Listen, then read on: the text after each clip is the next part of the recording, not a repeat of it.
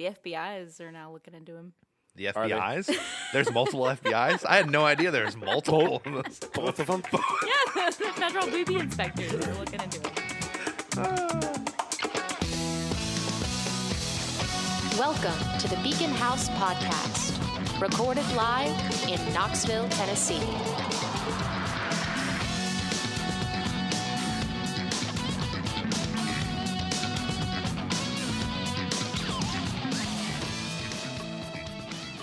It's really, honestly, the best movie. The cinematography, the writing.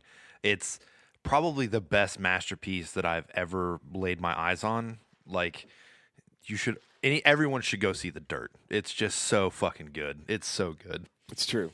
Just don't like Machine Gun Kelly, so I feel like I have a Same prejudice against. Yeah. Dude, It's like I don't want to feed them money I because don't they wanna- feed them. Spencer loves him. I don't love him, but I don't want to like him because there's so many.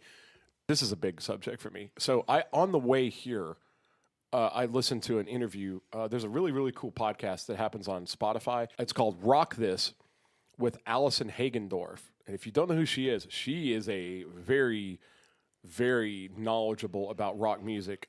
She's the head of rock music for all of Spotify. And she does like a podcast where she interviews people, but she also plays new songs that come out every week. She talks about artists. And it's pretty riveting, but she did one with Machine Gun Kelly. And, man, the guy's so bubblegum. He switched from rap to rock. You know, like, there's so many reasons to not like him. Well, hold on. I actually have something to say about that. So Machine Gun Kelly's new album with Tickets to My Downfall. That's what he's talking about. Yes, but with Travis Barker. Yes. So there's an argument that I'm not going to give this specific person a shout out because they're wrong. It's not a Blink-182 album. I just want to say that right now. It's not. It never will be. It's Machine Gun Kelly's album with Travis Barker. Well, let me tell you something, too. Again, that's a super myopic view, of obviously by somebody that doesn't understand music. I don't know who they are, but you can quote me on it. Here's the thing. That's pretty fucking short-sighted. That's somebody that probably heard Blink-182 only on the radio, and to them, everything that happens after that even resembles that chord structure, they're going to call it Blink-182. To be fair, I think this person was just trying to get under my skin because it was mentioned one time, and I was like, no, this is not Blink-182. Blink-182 is not on this album. Whoever you are out there. Blink-182 is better. I'm almost sorry if I hurt your feelings. So moving forward, real quick about the whole Machine Gun Kelly thing, you really need to go listen to his interview with Allison Hagendorf, because the guy gives more of a fuck about the current state of like rock music than just about anybody I know that's on the radio today. And he may not be dude. I come from a metal background. We are trained to hate people like Machine Gun Kelly that like blow it up and take over the genre, and they get in the press and they do all these things.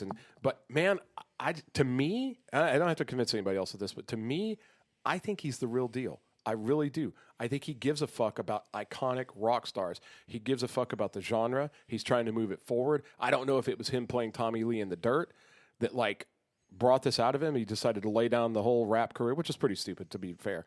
But whatever he's doing, right? Like he's a fan of like, look, I'm not the greatest guitar player. In fact, I'm really sloppy, which he is. He's not a great guitar player or a great singer, but he's like, but you're never going to hear me run tracks live. I'm going to fucking do it live the way Kurt Cobain did it, because kids deserve to hear something real. Like, that's where the guy's coming from, and nobody else is doing it. He said something today in that interview, and I almost posted it on Facebook, and regardless if it started a fucking fight or not. But he's talking about, I'm so sick of everybody being so careful. This kind of plays into what we were going to talk about in the episode today.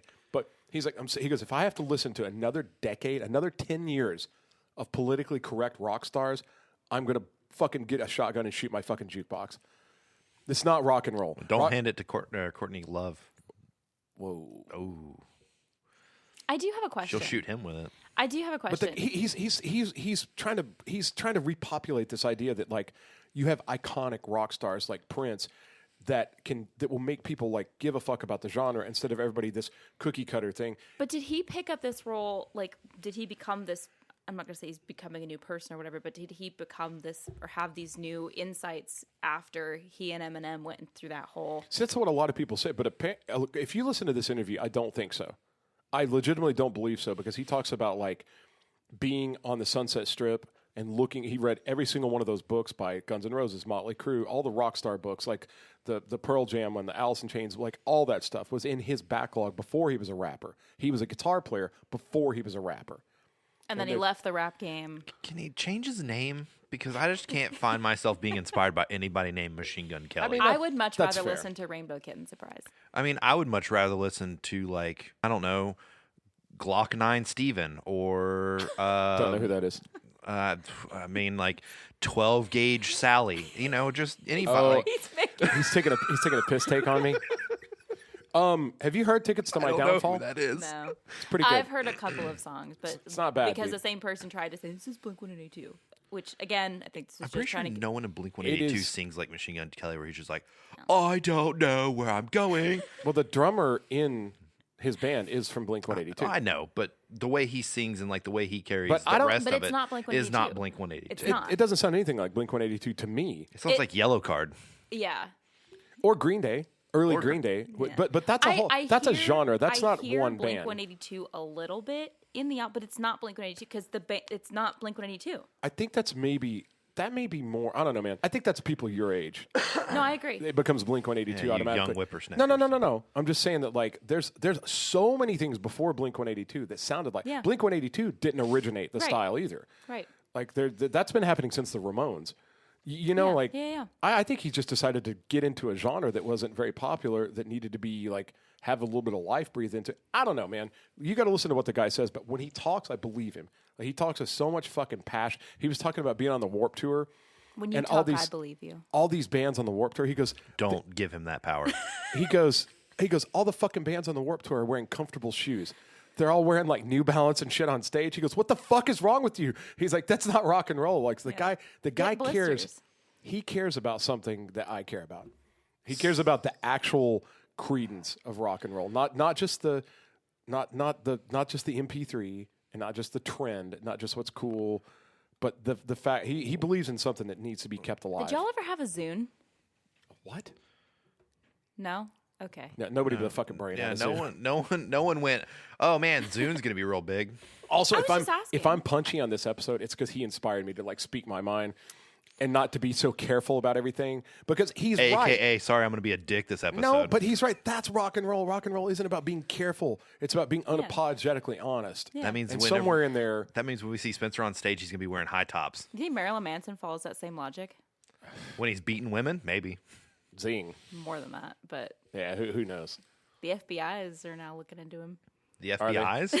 There's multiple FBI's? I had no idea there's multiple of those. Both of them. Yeah, the federal booby inspectors are looking into him. Anyway, I'm gonna calm down and have a cookie. So, anyways, welcome to another episode of the Beacon House Podcast. I'm Casey.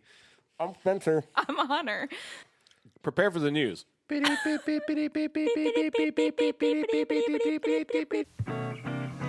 Hey, how's about some news? Current news from Beacon House Podcast. An iceberg 20 times the size of Manhattan breaks off the Antarctic ice shelf. So that's floating around out there.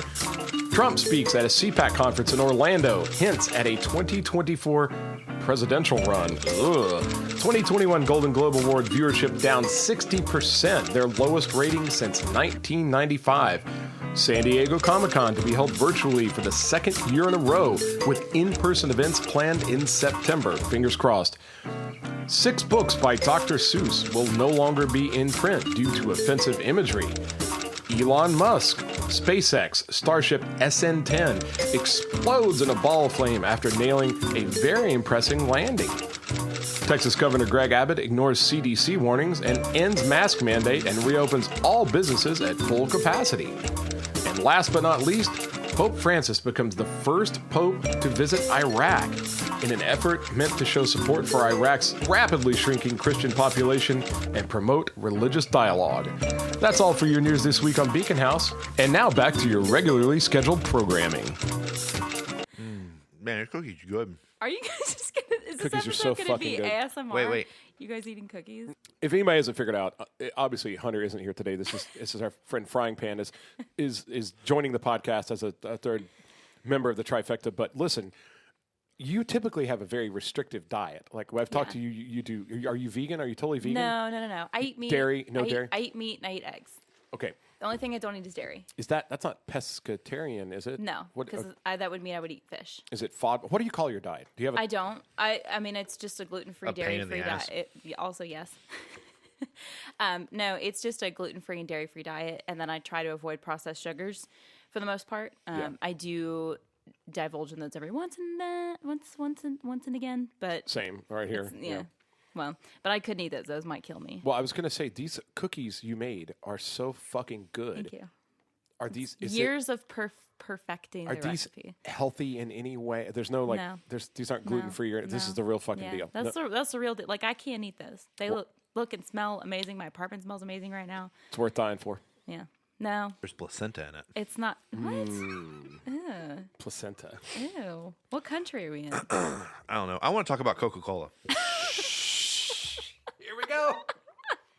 This is such not the right conversation for me to have after listening to that Machine Gun Kelly. Cookies, Coca-Cola, Machine Gun Kelly.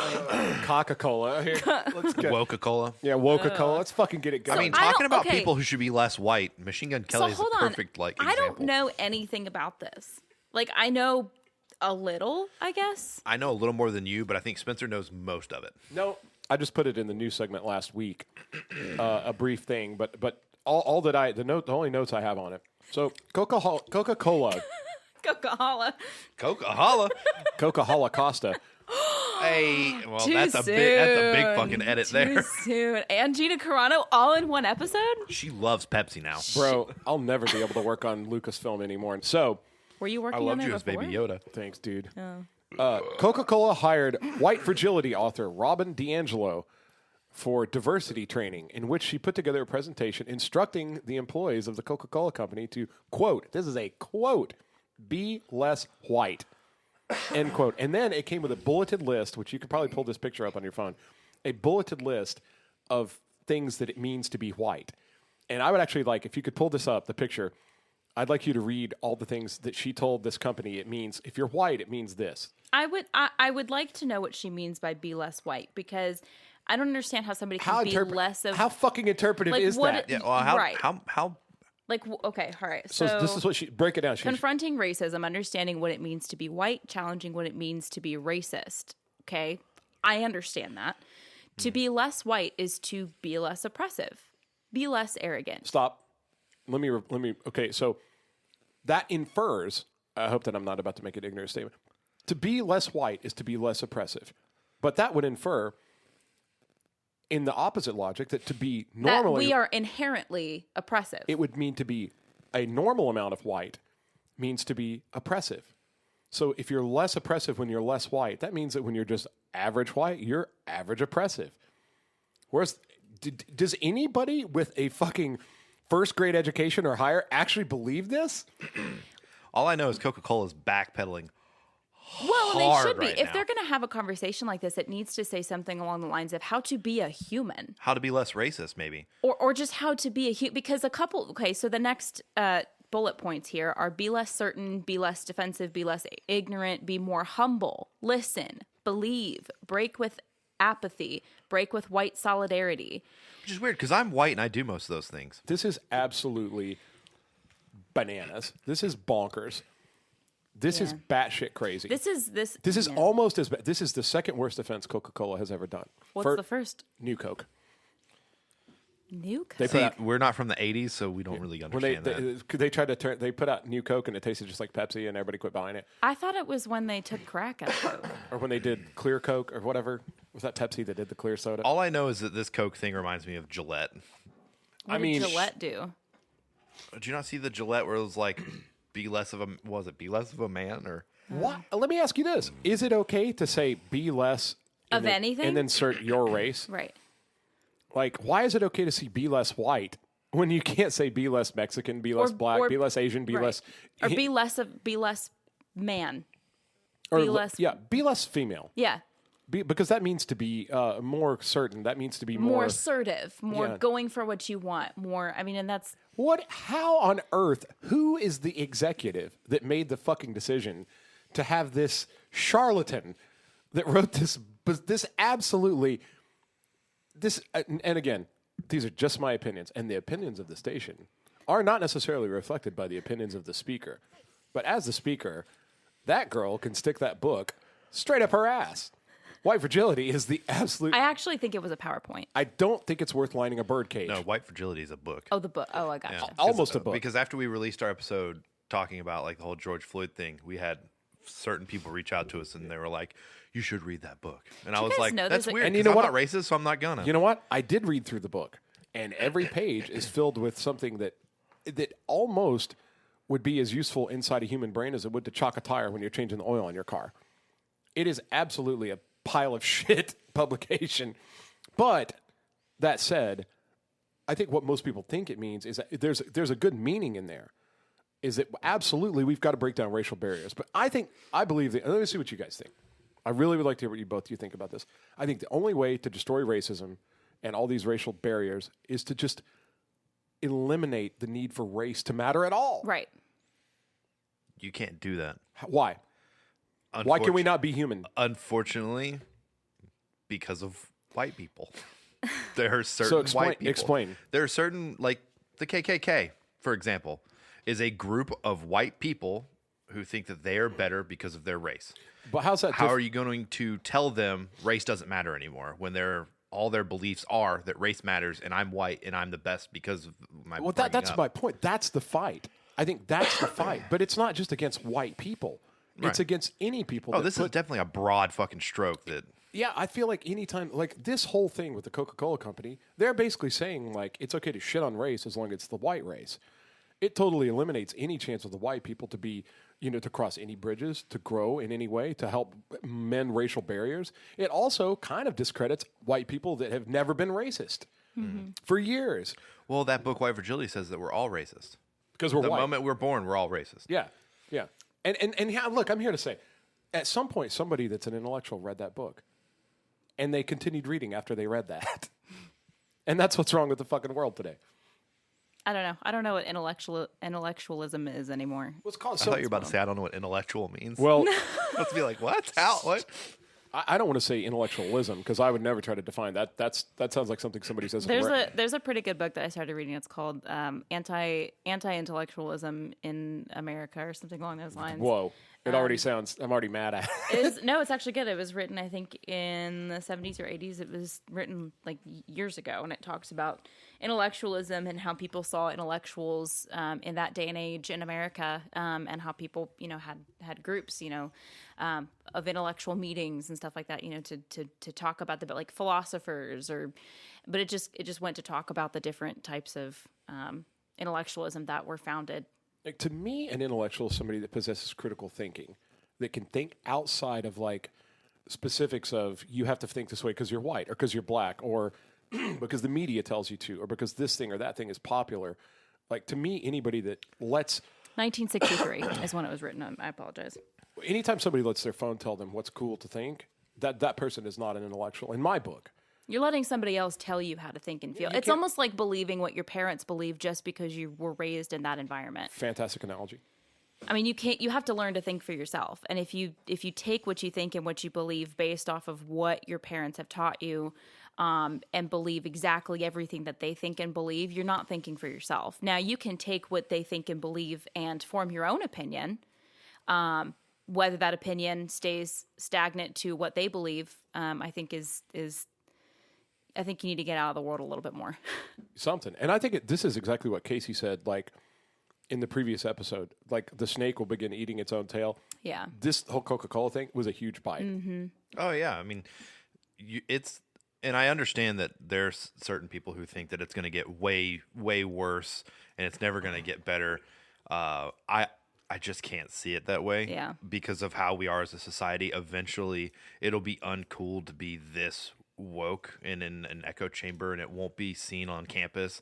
And that's really where this stems from, is like these kids who think they know everything, and they just meet in groups, and they sit there and just blow up and like fucking blow smoke up each other's asses and jerk each other off, talking about how fucking awesome they are because today they didn't, they went to McDonald's and I don't know, I don't fucking know. They didn't get a Coca-Cola product. They got water. They apologized. No, They they apologized because the order taker was black, and they apologized for ordering from them, like because they were white. And Then they went to their pot smoking drum circle and told everybody how woke they were. Yeah, they played hacky sack. What they met in was a local coffee shop, local cafe. Yeah. And they were like, "Oh, we only buy beans that are grown in Brazil, and you guys buy them, and we support the local whatever." And again, not that supporting local is bad. I actually all for it. But my point is adding on to yours is saying, that people are constantly, thinking that they know more than everybody else based on what they read on their phone, based on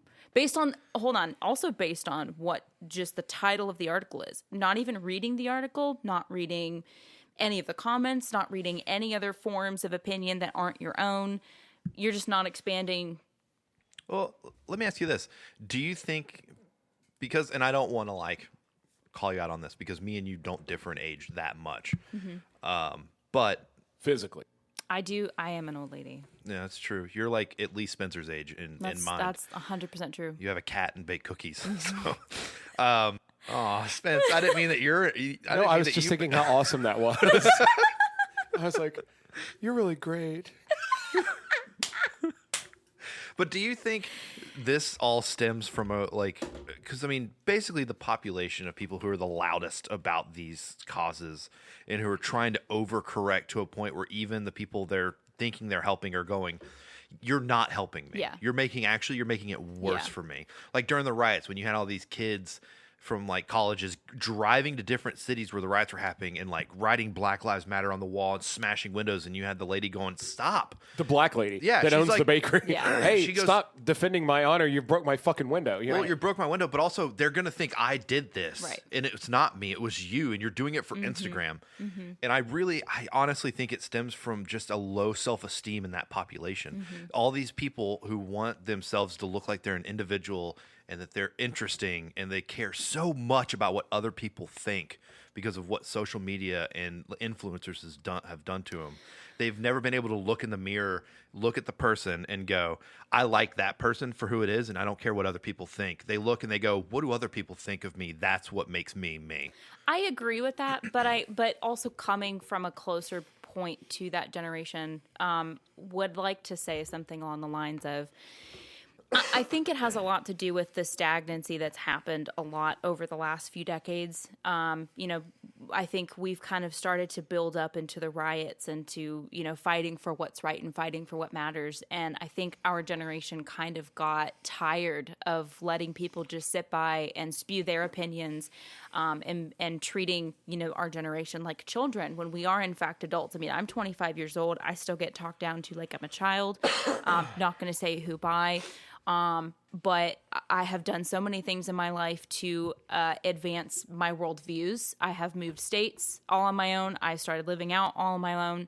I dropped out of college because I was unhappy instead of going to college because, stay miserable for 4 years is what they tell you, to get the job you need to pay your bills. I dropped out of college after a year and a quarter of a semester. I currently, I'm not going to say how much I make, but I have a decent job. I pay my bills. I'm able to live alone and be fine. But I think a lot of people are still coming from being spoon-fed and being from, feeding off of their parents' opinions and realizing after they go out into the world that their parents' opinions were wrong. And now, they're realizing we need to be loud about this. We need to talk about this. Well, I'll tell you something. Those are all very good observations. And Casey said something about the kids. A lot of the fuel for this does start on college campuses or similar echo chambers. Like you said, it could be a coffee shop. It could be, right. It could just be a group of people that hang and they decide they talk about things and they feel things. What's weird as possibly uninformed, or I'm sorry, I don't know I don't want to say they're wrong. I think maybe that some of them have come to the wrong conclusion, but that thirst for knowledge, that quest for the truth, I actually support that. Yeah. Even if they come up with things like be less white, I still very, very much support the pursuit of truth. I do too, but the way that it's presented, where you are so confident in that you are right and nobody can prove to you that you're wrong, no matter what they say, even if that other person is right and that person shouting is wrong, I think that's an issue. Yeah, no actual truth seems to really look like that. Right. I think a lot of them are getting it wrong, but it's the pursuit that I will always uphold the pursuit, and I think that we need to have conversations. And even if there's a group of kids on a college campus somewhere that wants to attack me for saying that the whole be less white thing is stupid, then I'm ready to talk. I'm ready to meet at 1-to-1 and go, okay, well, let me hear what you guys think. Like what? And most of the time, I think when you have those conversations, you find that you have common ground. Yeah. Turns out they want everything to be less oppressive. Yeah. So do I. But calling it you're guilty if you're white. That's simply not true. That's Correct. just wrong, and it's stupid. Right. And like I said before, it's myopic. And anybody that does that, regardless of how anyone's been treated in the past, they go, yeah, but look how black people have been treated. I get it. I don't like it either. But this is not the answer. This is Right. not the way. You're just creating another problem. And that's why when Casey said college campuses and then they go home and they talk to their parents about it, whatever, I think right there is the striking point of a lot, because the parents are an older generation like me that didn't grow up, like they grew up like already years past the civil rights movement when like everybody was just okay with each other, and like if you saw racism, you stamped it out, and it was never okay to begin with. We didn't have social media to blow everything up. And so the kids come home and they go, you know what? We're bad for being white. And of course their fucking parents are like, well, what are you talking about? Yeah. So the parents then go to their echo chambers on Facebook and whatnot, and they tell all their friends, these fucking kids are stupid. And then all of a sudden you get another subculture of older people that don't want to hear about millennials. And those are the ones, Fryingpan, that are condescending to you. Yeah. So it comes Which is in this. weird because she's not a millennial. Right. Are you not? Are you She's Gen Z, which You're is a Zoomer? which is the worst. Sorry, not you No, personally, it's but fine. like your I mean, generation I'm is the aware. one that's like Wait, are so you sure? hyper focused Are on you sure you're a influence. Zoomer? Yeah, I think we're millennials ended in two. on the cusp. Yeah, I think it's like 86 to. I thought if you're, It's like 93 or 94. It Yeah. was like right on the cusp. you're gonna have to edit this. How old are you? 25. I was Ooh, born in that is 95. a cusp. That is a cusp. Okay, Yeah. because I know a lot of people that are like 28 that are actually millennials. Yeah. Okay. Whatever. No, whatever. no. I'm considered Gen Z, which I always thought I was considered a millennial for the longest time. Then obviously you look up whatever. But yeah, I mean, it's one of the hardest things is hearing, oh, Gen Z, they don't know what they're talking about. And then you have Gen Z saying, oh, these old fuckers, they don't know what they're understand. talking about. Yeah. And it's like, common ground, y'all. Just get together, have a round table. It's ageist and cultural. It's been Yeah. that, but that's nothing new. It's been that way forever. When I was a kid, everybody that was like born in the Right. 50s thought that we didn't know what the fuck we were talking about, and we thought that they couldn't possibly understand our life because they were old. What you come to find out is both groups are wrong. The old people really do know what they're talking Yeah. about because it's the same thing. Right. Life is a circle. Like they've seen what you're going to see. They do know what the older generation does know what they're talking about. Now, not in terms of like racist, some of the older people who grew up in racist societies. Obviously, that's a stain on our history. But I'm talking about is in terms of like how hard life can be, and if you handle yourself a certain way, you'll get you advantages. Those things will always be Yeah. true. So in that case, the young people do need to listen to the old people. But my only the old comment. people are writing the young people off Yeah. at a rate that's absolutely Right. alarming. The Generation Z is the most intelligent generation, It's because we're the most progressive. the very most progressive in terms of like technology. Like you guys are already like, And we're willing to adapt. Yeah, most of us are. Most and of you us guys are super adaptable. You're writing Right. code when you're fucking 9 years old. right. Like We're learning how to be flexible and living in these times. Yeah. Whereas like, things have had a tradition for such a long time, but we're at a point where, the computer was introduced, the phones were introduced, and technology is advancing so quickly. We grew up in that time. you grew up with all that. Right. So we're adapting with all of that technology. We're adapting. And Yes. that also means we're adapting socially, economically. We're also adapting ecologically, and all these different things that you can look at. We're trying to be more inclusive. You guys are going to be the next big thing, and we're all just going to be hanging on. And anybody that's old that doesn't acknowledge People are hanging on now. I mean, I have conversations with clients these days who are like, oh, clicking on the wrong Zoom links or not knowing which links to click on And for you've gotta- Zoom. yeah. And it's like, you've got to do all that. But anyways. I agree that Gen Z is like the one that's gonna like the rocket that's gonna take us off. However, there is a subculture within the Generation Z that is it's got so- a lot of hard lessons to learn. well, it's got a lot of hard lessons to learn. I mean, I feel like millennials still have a lot of hard lessons to learn, Right. but millennials, like the back end of millennials and the front end of Generation Z, there's this group of people who think making up shit and filming it on the internet and proposing it posting it as a real thing is such a cancer to our society. Can you give me an example? Like, for instance, somebody younger, like somebody in a generation below mine, will record a lady screaming at them in a parking lot. And it's clear to me when I watch, I'm like, this is fake. Yeah. This is very fake. and they're calling her like a boomer, and they're like doing all this stuff, and they're just trying to be like as striking and as like getting the rise out of people as it can be, fueling the movement, basically. right? But, Fueling the argument on both sides, and you watch it, and me, like I watch, and I go, "This is fake." Like clearly, these people are working together to do this. Like if you were there at the scene, walking by, you'd be like, "Gross." But then your generation, like millennials and Gen Z see it and they're like, oh my God, I can't believe that lady. Fuck that Karen. Oh. And then Gen X and boomers see it and they're like, fuck these young kids. They don't know what they're talking about. How dare they treat that woman that way? That woman's out there like, and it makes, she's working for a living. It makes this divide, and the reason they're doing it is because they want to be an influencer and get paid by advertisements to sit at home and because they don't want to do anything. They don't want to do anything. They just want to make this fucking weird duck faces and like these weird OnlyFan half porn sites, and they want to just basically make ends meet by not actually getting their hands dirty. Contributing to society and doing, And so at the end of millennial, like, you know, the millennial generation, at the beginning of Gen Z, there is this subculture of like, it's just, to me, it's a cancer. Yeah. It's something that's going to eat us alive. Well, and that's such a good, that was a lot. Those are all very good points. And I think it's fueled heavily by technology.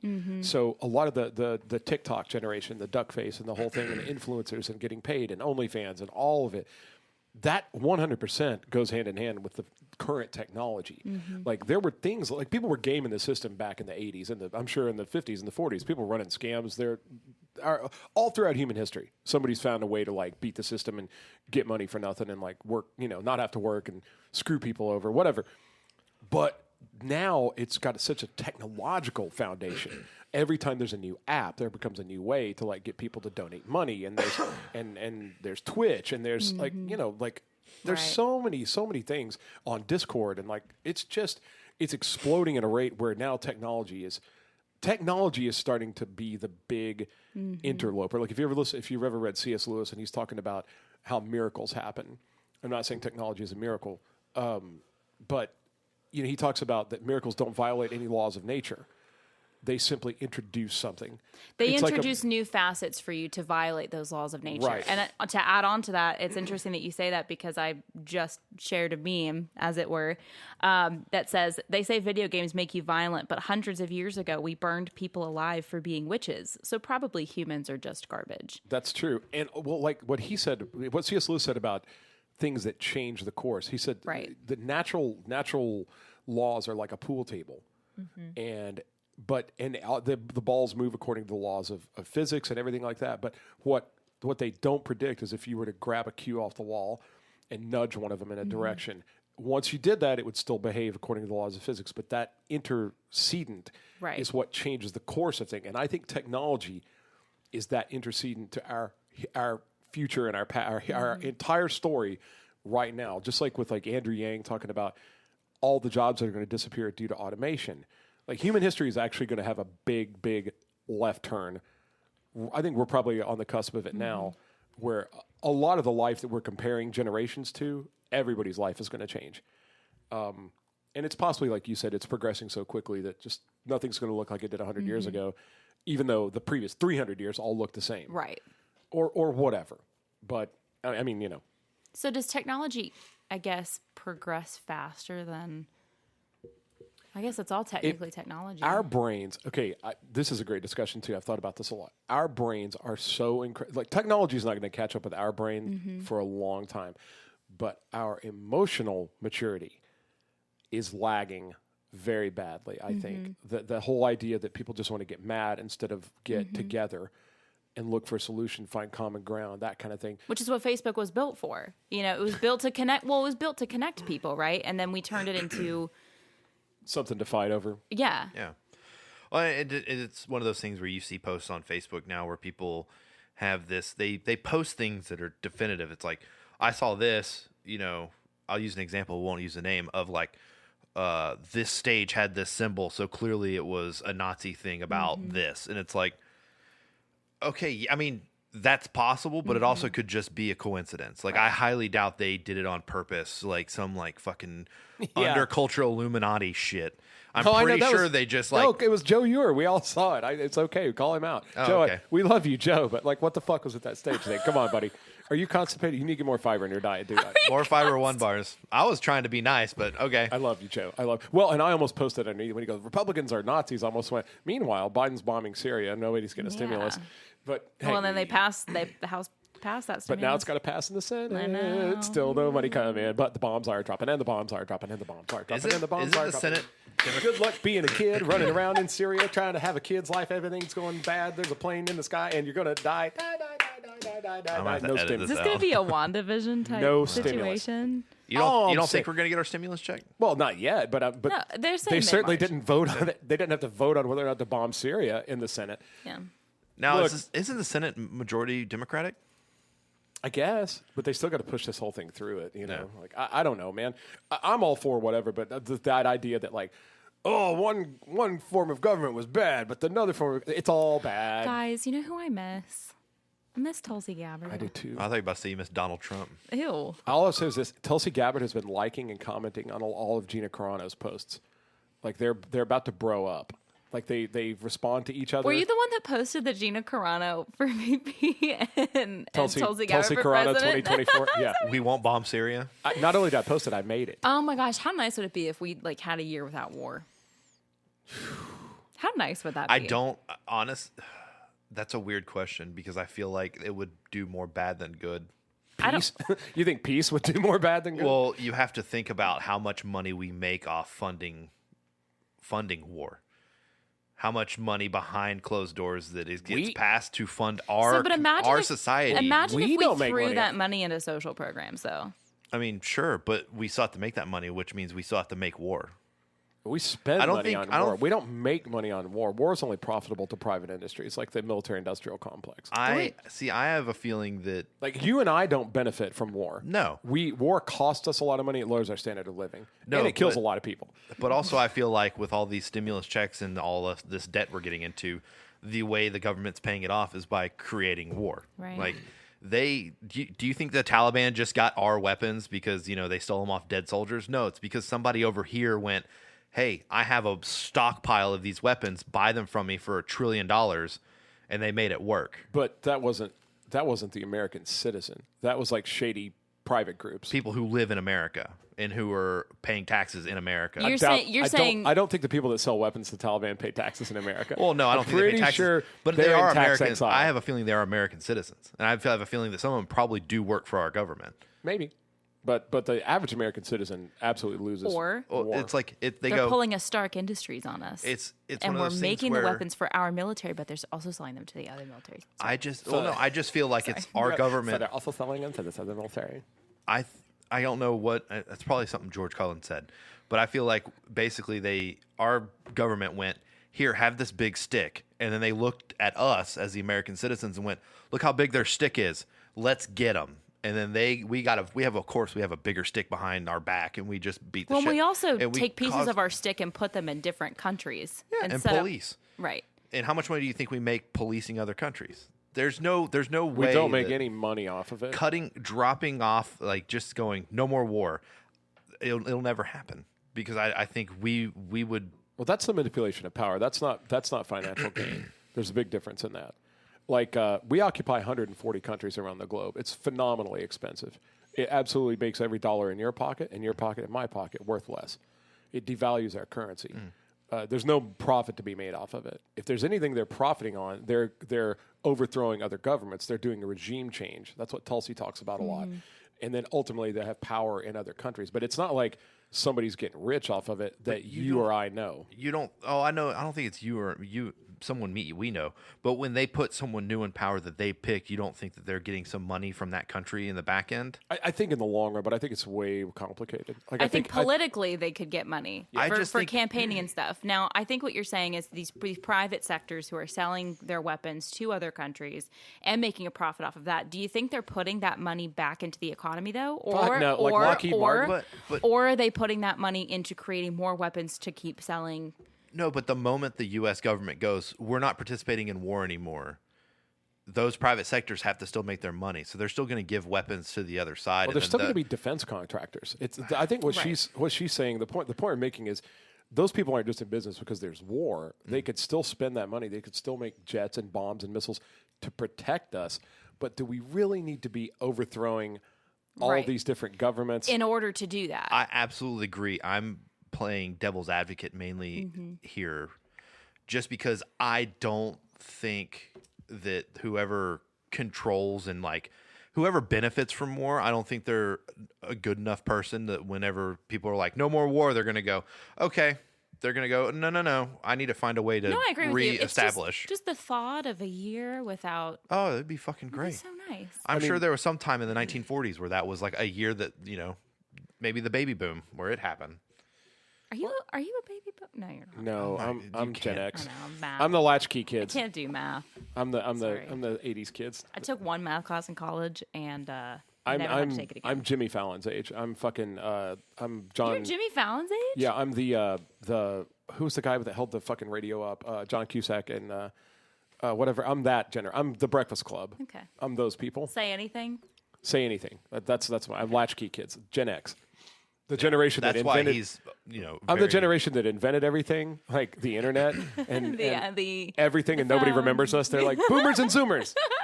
That's it. And I'm like, we did all the stuff. We all right, whatever. We did all the things for you. Okay. Sorry, I feel like we went down a rabbit hole because you gave me a hypothetical, and I was like, "Well, let's Hold play on a second. let's play devil's advocate here for a second," and then we just went on a complete thing that's No, my overthinking brain appreciated that. Well, we're coming up on the limit of our length here too. So why don't we kind of wrap this up? good. Fuck this podcast. Literally, fuck this podcast. Fuck this podcast. Fuck Hunter. Where's he? I thought you were Hunter. What? Nothing. No, he was kidnapped by cave-dwelling sugar gremlins. We don't know when he's coming back. I had one of those one time. I had to cream for it. I couldn't sit on the toilet for weeks. Lister fiend. Y'all heard of a bath sitzer? What? You put, I don't know if that's what it's called, but you put it on your toilet and you soak your butthole if you have hemorrhoids. I've heard it's great. Bath sitzer? It's something like that. It's like I have a bidet. Just get a bidet. Quit I've got a being bidet weird. and it's no, fucking but awesome. no, but like if you have like really bad hemorrhoids, and this is specifically like also helps for pregnant people. So wait a minute. You put it on your toilet, but You then put it on your toilet and you fill it with There's warm a water. distance And you put, yeah. between the butt and the water. No, I think it like hangs on the toilet. Hangs on the toilet. It's like a little bucket that hangs on the toilet. It's like you know how they have like child seats. Well, they have like a thing that's flat. like a where you- training potty for Yeah, adults to soak your butt. Yeah, but you put like warm water and you put like lavender and like suds and sits in it, and it helps to Soak your butt. soak your hemorrhoids. your hot I'm marbles. 25 and I shouldn't know about this, but I do. It's because you're an old lady. What, Like, let me ask you this. Why, you have a cat and you make cookies. Like, is there any reason somebody wouldn't just like take a bath? Or Well, you could take a bath, but like sometimes like taking a whole ass bath can be a pain in the ass. And whole sometimes- ass bath. yeah, it's better to just completely redesign your That's fucking. what we were talking about, taking a whole Yeah. ass bath. Better to redesign your entire toilet seat. So this is interesting. You're not redesigning your toilet So- seat. It's something you take off and put on like a training potty. Sometimes I redesign my toilet seat based on what I ate the night This is before. interesting Yeah. because so you take a whole ass bath in your toilet. Hunter or Spencer shits I'm in a not taking sink. it. You guys do some weird I stuff do with a your whore bath. buttholes. Yes. You know what? I'll summarize my whole thing and say I realize on this episode how incredibly like contradictory I am. Like I'm like fuck the status quo, fuck that, blah blah blah. But then I'm also like I totally respect their quest for freedom and truth. You're you know? allowed to respect people for their different opinions and Yeah. beliefs, and it would be. Well, amazing. I started out being like fuck if you don't like Machine Gun Kelly. Then I was like, however, I do understand why people don't like him. Well, because know. because you have your reservations about him, or you have your ideals and your opinions about him, okay, and other people have theirs. You're a good enough person to respect other people's opinions and thoughts and feelings about certain things, unless they're racist. I mean, I admire somebody's convictions, but also like I think you've got to look for the practicality in it. Like at some point, if your convictions are dividing you from other people, then maybe you're a little too far out. Maybe And it's if you're time to- hurting other people, I mean, you gotta. It's just about being respectable. Why is it so hard to respect somebody else's thoughts and opinions and feelings, and instead Or we for- have people out here saying you're fucking wrong because you believe in this guy and this article was written by this guy who did this thing, and it's Did you see somebody posted a thing about the screw tape letters? And this was in No. like 1942 Is this new? or whatever, but no, there's a portion of the screw tape letters where like are you familiar with the screw tape letters? Yeah. it's been a minute. But basically, you've got this young, just out of college devil who's in charge of corrupting humanity, and he's taking advice from his old uncle Screwtape, this devil that's really good at corrupting humanity. and they correspond in the series of letters, you know. And so he goes, Uncle, how did you get humanity to completely turn on itself? And he goes, well, first I made them afraid to go around each other, and then I made them afraid of like a sickness. And I'm not saying the pandemic's not real. I'm just saying there was a thing in the Screw Tape letters from fucking 1942 where they talked about getting people to fight and be divisive and all this. But I mean, it's insane how much it resembles the last 2 years of like our humanity on social media, whatever. But basically, in all this outrage culture, where is forgiveness? Yeah. In any of that? And if you believe in the cardinal virtues of Christianity, Thank you. It's the big one. It's bigger than chastity. Not only is it forgiveness, but it's also having a general understanding that we are all human beings. None of us are perfect. And the fact that you're claiming to be a Christian, obviously not you guys specifically, but if you're out there claiming you're a Christian and you can't for the life of you see a fault of somebody else and think they're a human being, it's okay that they did that, repent and do what you need to do to atone for that.